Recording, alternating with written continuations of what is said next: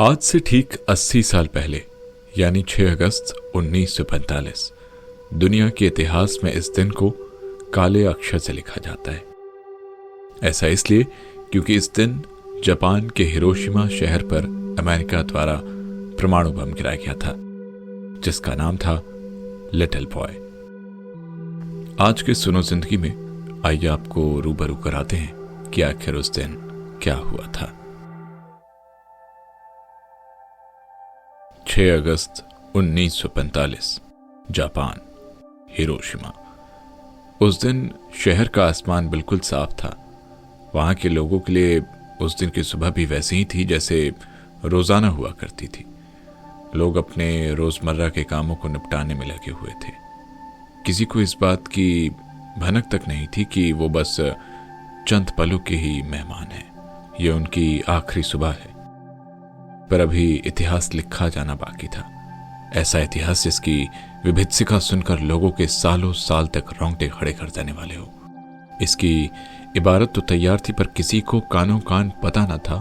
अभी लाखों जान जानी बाकी थी। अभी बाकी थी आग की लपटें, धुएं का बादल, गिरते पड़ते बच्चे, बूढ़े।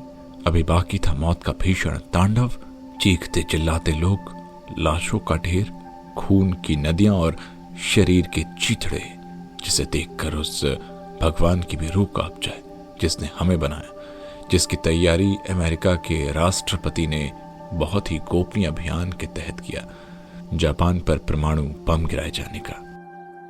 कैसे कोई भूल सकता है उस काले दिन को, उस विभत्सिका को, वो दिन, वो महीना, वो साल। इसके बाद ही तो हिरोशिमा विश्व के मानचित्र पर आया था। अगस्त का महीना अभी शुरू ही तो हुआ था। महीने की छठी रात कह लें या सुबह 2:45, जब अमेरिका वायुसेना के बम वर्षक B-29 एनोला गे ने उड़ान भरी और दिशा थी पश्चिम की ओर। लक्ष्य था जापान का हिरोशिमा। बम का नाम था लिटिल बॉय। ठीक सुबह के 8:15 बजे थे जब 20,000 टन TNT क्षमता का एनोला गे ने लिटिल बॉय को आसमान से गिराया। बस चंद मिनटों में ही धुएं का बादल और फैलती हुई आग ने पूरे शहर को अपने चपेट में ले लिया और हिरोशिमा में सब कुछ निर्जन और उजाड़ वीरान बना दिया। लाखों लोग उस दिन मारे गए और ना जाने कितने उसके बाद भी कैंसर जैसी बीमारी के कारण तिल तिल जान गंवाते रहे। कई इस हाल में रहे जिसकी सांसें तो चल रही हैं लेकिन वो जीवित नहीं थे। कैलेंडर में एक बार फिर तारीख और लक्ष्य बदला, महीना और साल वही था। इस बार तारीख थी 9 अगस्त, लक्ष्य था नागासाकी। 8 अगस्त की रात बीत चुकी थी। अमेरिका के बम वर्षक B-29 सुपर फोर्ट्रेस बॉक्स पर बम लद चुका था। भीम का बम का वजन था 4050 किलो। बम का नाम विंस्टन चर्चिल के संदर्भ में फैट मैन रखा गया था। घड़ी में समय था 11:02 जब फैट मैन को नागासाकी पर गिराया गया। बम के गिरते ही आग की भीम का गोला तेजी से सारे शहर को निगल गया। आसपास के दायरे में मौजूद कोई भी व्यक्ति ये जान नहीं पाया कि आखिर हुआ क्या है, क्योंकि वो इसका आभास होने से पहले ही मर चुके थे। देखते ही देखते जापान का दूसरा शहर भी तबाह हो चुका था। लाशों के ढेर लग चुके थे। जो लोग बच गए थे वो जान बचाने के लिए बदहवास लाशों के ऊपर से भाग रहे थे।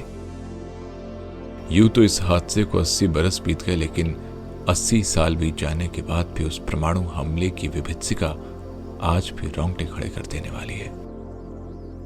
हिरोशिमा डे पर दिन भर अलग अलग तरह के कार्यक्रम होते हैं। आज इस दिन लोग नदी के किनारे जाते हैं और पानी में तैरने वाली लालटेन छोड़ी जाती है। इसे लैंटर्न फ्लोटिंग सेरेमनी के नाम से जाना जाता है। लालटेन के जरिए मृतकों की आत्मा की शांति और दुनिया परमाणु मुक्त बने, इसकी कामना की जाती है। इसके साथ ही लोग अपने अनुभव और संवेदनाओं को व्यक्त करते हैं। जापान के हिरोशिमा समेत कई हिस्सों में सुबह सफेद कबूतर छोड़े जाते हैं। इन्हें शांति का प्रतीक माना जाता है और इसी शांति को बरकरार रखने के लिए इन्हें आजाद किया जाता है। जापान को ओरिगेमी के लिए भी जाना जाता है। ओरिगेमी यानी कागज से तरह तरह की आकृतियां बनाना, जैसे चिड़िया, मेंढक और नाव। जापान की इस खूबी का असर हिरोशिमा दिवस पर भी दिखता है। लोग कागज के सारस बनाकर उसे स्मारक पर अर्पित करते हैं। इसे यहाँ शांति का प्रतीक माना जाता है। जापान के लिए हिरोशिमा की घटना और उसकी याद में मनाया जाने वाला ये दिन सिर्फ शोक का नहीं है, ये दुनिया को जंग और परमाणु हथियारों से दूर करने के लिए संकल्प का भी दिन है।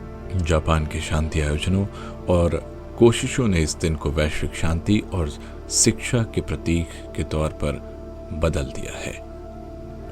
ये था सुनो जिंदगी का हिरोशिमा दिवस पर खास पॉडकास्ट। उम्मीद करते हैं आपको पसंद आया होगा। फिलहाल के लिए मुझे दीजिए इजाजत और सुनते रहिए सुनो जिंदगी।